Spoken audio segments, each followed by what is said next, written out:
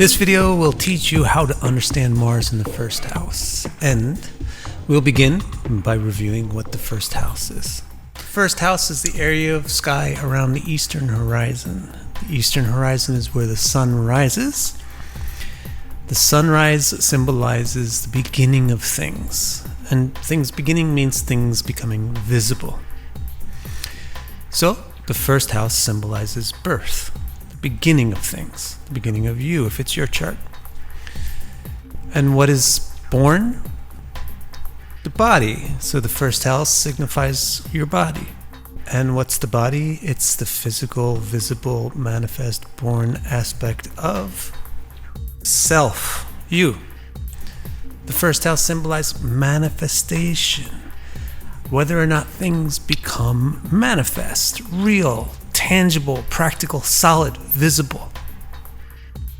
And it represents the manifest, visible, tangible traits of things, especially traits of the body and the self, your character, your strengths and weaknesses, your health, and so on. So our quest to understand Mars in the first house is halfway ready to begin. Because we understand the first house, now let's take a look at Mars. The root of everything Mars symbolizes is masculinity. And masculinity has two key aspects to it. It's independent and it's inceptive. So Mars signifies individuality, independence, freedom, and Mars signifies self-reliance, and Mars signifies strength.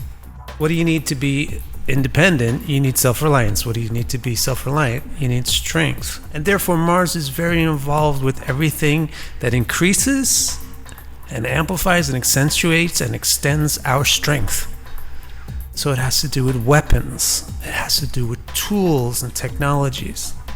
Furthermore, Mars represents conflict, because that's what happens when individuality and independence is the focus. If the group is the focus, then cooperation is indicated. But if the individual is the focus, then conflict or separation. So Mars represents conflicts, contests, competitions, struggles, wars, so on.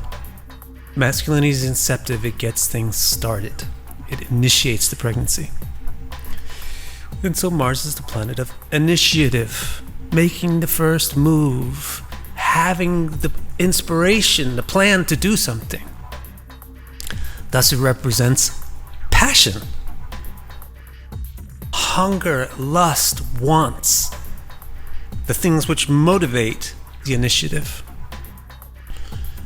And hence it represents bravery, the willingness to take the risk, to take the first step, to go into a new area. And when you make the first step and you take the initiative to follow your passions, what are you actually doing? You're actually taking command. Mars represents making decisions, becoming dominant, being the direction giver, being the trendsetter, being the path setter. So now we know about Mars and we know about the first house. It's pretty easy for us to figure out what Mars signifies in the first house. All we have to do is put these two palettes next to each other and see what resonates between them. For example, Mars has to do with inception, initiating things, and the first house has to do with beginnings. So this is going to make all of those things in Mars's inception tree. The initiative, the passion, bravery, the command, all those are going to light up and come out to the forefront when Mars is in the first house. Another thing that resonates between Mars and the first house is that Mars is all about individuality, and the first house is about the self. And there's also a third thing about Mars in the first house. Mars has to do with strength, and the first house has to do with the body. So all we have to do now is take these three resonances between Mars and the first house and sort of color them in or flesh them out and see what they mean. So let's look at this first thing. Mars represents inception and the first house represents beginning.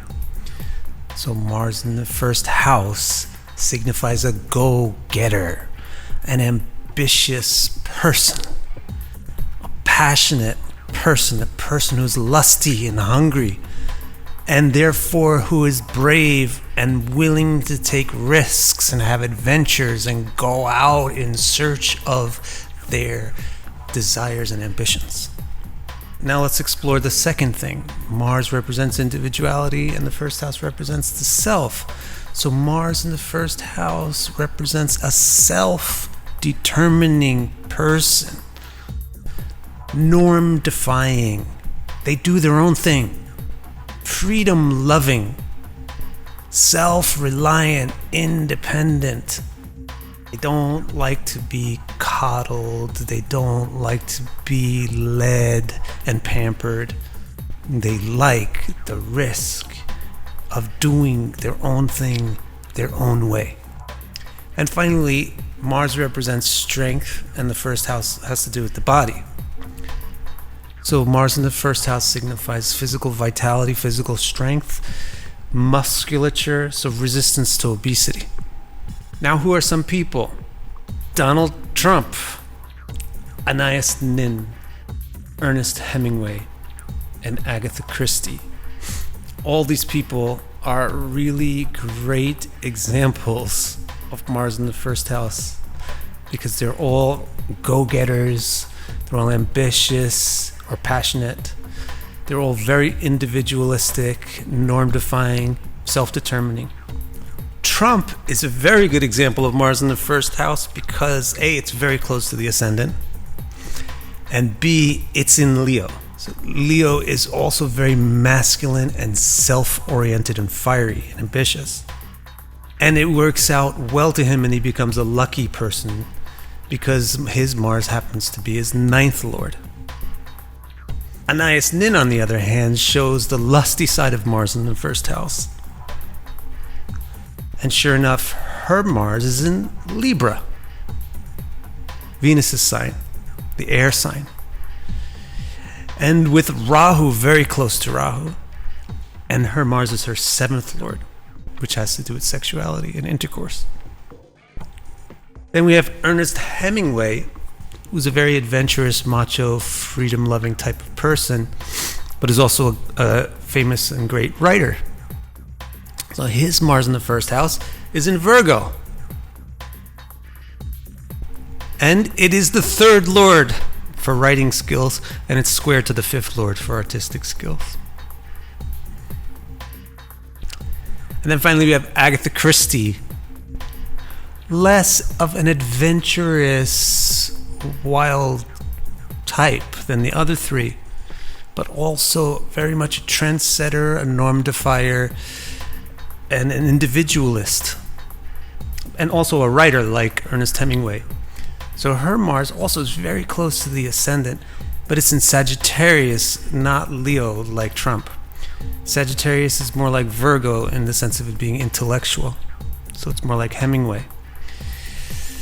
And it's her fifth lord, just like with Hemingway, it's his third lord squared the fifth, so it has to do with communication and writing.